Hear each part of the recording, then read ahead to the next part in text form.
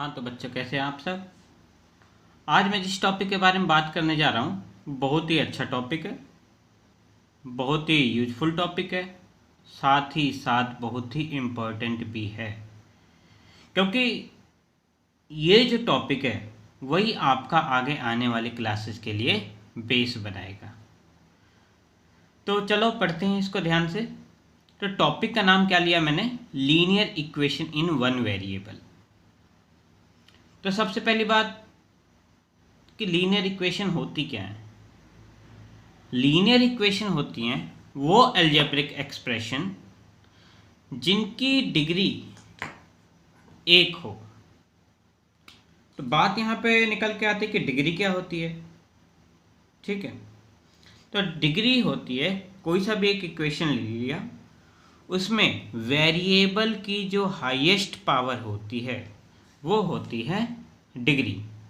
ठीक है, तो अब यदि वेरिएबल की बात आ गई तो मैं तुमको बता देता हूँ एक बार फिर से कि कांस्टेंट क्या होता है और वेरिएबल क्या होता है।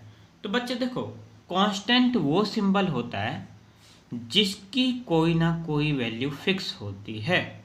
जैसे कि मैंने 2 लिखा है, तो 2 का मतलब क्या होगा, 2 का मतलब हमेशा 2 ही होगा, चाहे वो दुनिया के किसी भी जगह चला जाए। ठीक है, लेकिन वेरिएबल वो वैल्यूज होती हैं जिनकी वैल्यू बदली जा सके। जैसे आपने 2 + 3 = क्या आएगा, 5। क्या इस इक्वेशन को दुनिया में कहीं भी चले जाओ तो 2 + 3 हमेशा क्या आएगा, 5। लेकिन आपने एक चीज़ सुनी होगी, क्या, फॉर्मूला। फॉर्मूला सुना होगा आपने, किसका, रेक्टेंगल का। क्या निकालने का, एरिया, एरिया ऑफ रेक्टेंगल। अब इसका फॉर्मूला क्या होता है, तो हमने क्या पढ़ा है, लेंथ इनटू ब्रेथ।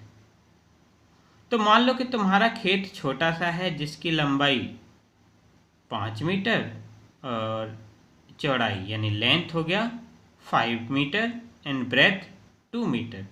तो आपके खेत का एरिया क्या आया, 2 × 5 क्या हो जाएगा, 2 × 5 हो जाएगा 10 मीटर स्क्वायर। बट अब कोई दूसरा बच्चा है, उसका खेत कितना बड़ा है, उसकी लेंथ है 6 मीटर और ब्रेथ है 5 मीटर। तो अब वो एल की जगह को क्या पुट करेगा, 2 नहीं पुट करेगा, सॉरी, यहाँ पे लेंथ को होना चाहिए था 5 और ब्रेथ को होना चाहिए था 2। अब देखो वो जो दूसरा बच्चा है वो लेंथ को क्या पुट करेगा, 6, लेंथ इंटू ब्रेथ यानी 6 × 5 कितना आया, 30 मीटर। तो क्या यहाँ पे एल की वैल्यू फिक्स हुई, क्या कोई तीसरा बच्चा होगा उसके लिए लेंथ की वैल्यू अलग होगी, ब्रेथ की वैल्यू अलग होगी। यानी यही चीज़ें हमारी कहलाती हैं वेरिएबल, क्योंकि लेंथ और ब्रेथ बदल रही हैं बार बार। ठीक है, तो चलो इसको साइड में करते हैं। अब बात करते हैं आपके टॉपिक के ऊपर। तो मैंने क्या कहा था कि वेरिएबल की हाईएस्ट पावर क्या होनी चाहिए, 1। तो देखो एक एग्जांपल लिया है मैंने, क्या लिया है कि x। अब यहाँ पे x की पावर कितनी है, 1। ठीक है, y की पावर कितनी है, 1। 5 × x मीन्स 5x। यहाँ पे x की पावर कितनी है, 1। 3y - 7, वेरिएबल कौन सा है, y। तो यहाँ पे y की पावर कितनी है, 1। 5/2 z, 5/2 एक कांस्टेंट है और इसको मल्टीप्लाई किया गया है z से, तो z की पावर कितनी है, 1। 5/4 ब्रैकेट 5x - 4। तो यहाँ पे यदि मैं इसको मल्टीप्लाई करूँ तो क्या आता है, और प्लस में 10 भी है याद रखना। तो 5/4x - 5 + 10। तो हमें कांस्टेंट से मतलब नहीं है, इसमें किससे मतलब है, वेरिएबल से। यानी इसकी हाईएस्ट पावर कितनी है पूरी इक्वेशन में, 1। ठीक है, अब कुछ एग्जाम्पल मैं अपनी तरफ से ले रहा हूँ और मैं ये जानना चाहता हूँ कि आप इसमें से कितनों का गैस सही कर पाते हैं डिग्री का, और कितनों की डिग्री आप गलत गैस करते हैं। ठीक है, तो बच्चों तैयार हो? ठीक है, चलो आगे। अब हम आगे और एग्जाम्पल लेते हैं। तो देखो बच्चों, मैंने पहला एग्जाम्पल क्या लिया है, x प्लस 9/2 x माइनस 8। ठीक है, तो अब इसमें जो हाईएस्ट पावर है x की, यहाँ पे कितनी पावर है 1, और यहाँ पे कितनी पावर है 1। तो हम इनको ऐड भी कर सकते हैं, क्योंकि सेम पावर वाले टर्म्स आपस में ऐड हो जाते हैं। तो हाईएस्ट पावर 1 है। ठीक है, अब देखो ये नेक्स्ट फॉर्मूला मैंने लिखा। नेक्स्ट में क्या है कि x into x plus 1 bracket close. अब देखो इसको यहाँ पे मैं देखूँ तो पावर कितनी है 1, यहाँ पे कितनी है पावर 1। तो कायदे से तो क्या होना चाहिए, लीनियर इक्वेशन। मगर गौर करना है यहाँ पे कि x ब्रैकेट में है, यानी ये इक्वेशन हमारी पूरी सॉल्व नहीं हुई है अभी। इसको और सिंप्लीफाई करो, यानी x इंटू एक्स करोगे तो क्या आ जाएगा, x square plus x into 1 क्या आ जाएगा, x। तो देखो यहाँ पे अब डिग्री क्या निकल के आई, 2, यानी x की पावर 2 है। तो इसका मतलब क्या ये लीनियर इक्वेशन होगा? नहीं, ये लीनियर इक्वेशन नहीं होगा, क्योंकि पावर 2 है तो ये क्वाड्रेटिक इक्वेशन होगा। अब आगे देखते हैं। आगे वाला तो बेचारा मैंने सिंपल ही लिख रखा है, x square plus x plus 1। इसमें डिग्री कितनी है 2, तो ये भी लीनियर इक्वेशन नहीं होगा।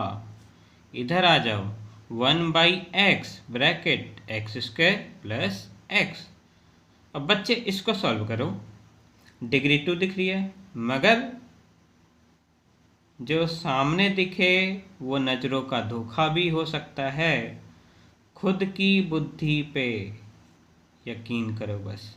तो देखो इसको सॉल्व करते हैं। 1/x को मल्टीप्लाई किया एक्स स्क्वायर से, तो 1/x into x square plus 1/x into x. तो बच्चे यहाँ पे क्या है एक्स स्क्वायर, नीचे क्या है x। यदि मैं एक्स स्क्वायर को x से डिवाइड करता हूँ तो क्या बन के आएगा, x प्लस 1/x और x के मल्टीप्लाई करने पे क्या आएगा 1, यानी डिग्री क्या आई 1। इसका मतलब ये एक लीनियर इक्वेशन है। और मगर पहली नज़र में क्या लग रहा था, ये लीनियर इक्वेशन नहीं है। ये सारे एग्जाम्पल खुद से बनाए हैं मैंने, तुम्हें ध्यान में रख के कि कैसे कैसे हम कंफ्यूज हो सकते हैं। अब यहाँ देखो 3y² plus y plus 9, degree क्या है 2। कोई सॉल्विंग की ज़रूरत है क्या? नहीं, कोई सॉल्विंग की ज़रूरत नहीं है। अब आगे देखते हैं, z³ plus 2z² plus 3z। Highest power z की क्या है, वेरिएबल भी देखो। केवल किसको देखना होता है, वेरिएबल, और वेरिएबल की हाईएस्ट पावर कितनी है 3। काम खत्म, क्योंकि इसमें मल्टीप्लाई वगैरह किसी में करने की जरूरत नहीं। यदि मल्टीप्लाई की ज़रूरत है तो उसको करके देखो। ठीक है, अब ये देखो सॉल्यूशन ऑफ द इक्वेशन, यानी इक्वेशन का सॉल्यूशन क्या होता है। तो बच्चे इक्वेशन का सॉल्यूशन किसी भी वेरिएबल की वो वैल्यू होती है जिसको उसमें रखने पे, इक्वेशन में रखने पे वैल्यू जो हो जाए ट्रू हो जाए, यानी जो इक्वेशन है वो हमारी वो ट्रू हो हमेशा। जैसे कि x प्लस 2 इक्वल टू क्या लिया मैंने 5। तो बच्चे बताओ कि x की कौन सी वैल्यू रखूं कि ये इक्वेशन सही हो जाए। तो खुद ही सोचो कि किस नंबर में 2 जोड़ा जाए कि वो 5 हो जाए, यानी x की जगह क्या होना चाहिए 3 होगा। तो 3 can be called as the solution of the equation. ठीक है, अब किसी भी टर्म में, किसी भी इक्वेशन में लेफ्ट या फिर राइट, लेफ्ट हैंड साइड और राइट हैंड साइड दो चीज़ें होती हैं। तो जो लेफ्ट की तरफ होता है वो क्या होता है हमारा लेफ्ट हैंड साइड, शॉर्टकट में लिख देते हैं हम LHS। और जो राइट में होता है उसको हम क्या लिख देते हैं RHS, यानी राइट हैंड साइड। समझ गए? तो आगे हम पढ़ने वाले हैं solving equation which have linear expression on one side and number on the other side. तो इसको पढ़ने से पहले मैं आपको कुछ ऐसी चीज़ें बताना चाहता हूँ जो बेसिक हैं, यानी वो चीज़ आनी ही आनी चाहिए और बहुत अच्छे से आनी चाहिए। इसलिए थोड़ा टाइम लगेगा, सब्र करना और अच्छे से पढ़ना। मैं अभी आप सबको नालायक मान के चल रहा हूँ, तो होशियार वालों को बुरा मानने की ज़रूरत नहीं है, ठीक है। तो देखो, सबसे पहले बात करता हूँ मैं टर्म। तो जब भी हम इक्वेशन को सॉल्व करेंगे तो बार बार चीज़ें सुनोगे कि इस टर्म को उधर ले गए, उस टर्म को इधर ले गए। तो आखिर में टर्म कहने का क्या मतलब होगा? तो देखो, in algebra term is either a single number, in algebra term is either a single number और अ वेरिएबल। या तो वो सिंगल भी हो सकता है, ठीक है, नंबर हो सकता है, सिंगल नंबर हो सकता है, या फिर कोई सिंगल वेरिएबल हो सकता है, या फिर नंबर और वेरिएबल का कॉम्बिनेशन हो सकता है मल्टीप्लाई में और डिवाइड में, ठीक है। या तो नंबर और वेरिएबल आपस में डिवाइड हों, मल्टीप्लाई हों, या फिर वेरिएबल वेरिएबल आपस में मल्टीप्लाई डिवाइड हों, या फिर नंबर और वेरिएबल आपस में मल्टीप्लाई या फिर डिवाइड हों। एक एग्जांपल ले लिया मैंने कि 4x यानी 4 इंटू एक्स, ये क्या है? Single term. कैसे पता चलेगा? क्योंकि मैंने क्या बताया था, या तो वो सिंगल नंबर हो सकता है, या फिर वेरिएबल हो सकता है, या फिर नंबर और वेरिएबल का कोई कॉम्बिनेशन हो सकता है मल्टीप्लाई और डिवाइड में। तो ये देखो, दोनों मल्टीप्लाई हो रहे हैं, 4 और x, ये क्या होगा? एक टर्म होगा। अब आगे एक और एग्जाम्पल, 5y प्लस LM³। यहाँ पे मैं कह रहा हूँ कि यहाँ पे ये दो टर्म होंगे, एक ये एक ये। क्यों? क्योंकि मैंने आपको बताया था कि मल्टीप्लाई और डिवाइड होते हैं जब कोई दो चीज़ें, कोई दो वेरिएबल या फिर कोई दो नंबर या फिर 3 नंबर, 4 वेरिएबल 4 नंबर बनाते हैं मिलके टर्म एक, ठीक है। तो 5 इंटू वाई ये एक टर्म हुआ, L इंटू M³ ये भी एक टर्म हुआ। तो यहाँ पे एक बात नोट करने वाली है कि terms can be separated either bye plus और माइनस साइन, ठीक है। तो टर्म को सेपरेट कर सकता है प्लस और माइनस का साइन। मल्टीप्लाई और डिवाइड के साइन कभी भी टर्म्स को सेपरेट नहीं कर सकते। तो एक और एग्जाम्पल लिया मैंने, x प्लस 2। अब यहाँ पर हमारे पास देखो प्लस का साइन है बीच में, x और 2, यहाँ की मेरे पास कितने टर्म हो गए? 2 टर्म्स हो गए, ठीक है। अब कुछ ऐसे क्वेश्चन हैं जो कि मैंने खुद बनाए हैं और तुम्हारे लिए बनाए हैं, क्योंकि बच्चों को जहाँ जहाँ कंफ्यूजन हो सकता है, जितने एग्जाम्पल मैं दूंगा सफिशिएंट होंगे, आगे आने वाले सवालों में काम आएंगे। तो देखो, एक मैंने दिया कि 2 प्लस 3। अब ये एक सिंगल टर्म है कि इसमें दो टर्म है? सोचो, मैंने अभी कहा है कि terms can be separated either bye plus और माइनस साइन। तो यहाँ पे बीच में प्लस का साइन आ रहा है, तो यहाँ पे दो टर्म होने चाहिए। मगर जब मैं इसको सॉल्व करता हूँ आगे, तो ये टर्म कितने हैं मेरे पास? देखो 2 और 3 ऐड होके क्या हो जाएगा? 5, यानी ये क्या होगा? सिंगल टर्म, ना कि डबल टर्म। अब आगे 2 प्लस 5, अरे अभी तो आपने सिंगल कर दिया था, तो ऐसा मत सोचना, क्योंकि 2 और 3 को तो मैं ऐड कर सकता हूँ, लेकिन 2 और y को ऐड कर सकता हूँ क्या? नहीं। इसका मतलब ये एक अलग टर्म होगा और ये एक अलग टर्म होगा। तो ये कितने टर्म है यहाँ पे? सिंगल या double? Double. x plus Y आपस में ऐड हो सकते हैं क्या? नहीं हो सकते। तो यहाँ पे क्या होगा? डबल 3x प्लस वाई, क्या 3x में y को ऐड कर सकते हैं? नहीं, तो क्या होगा?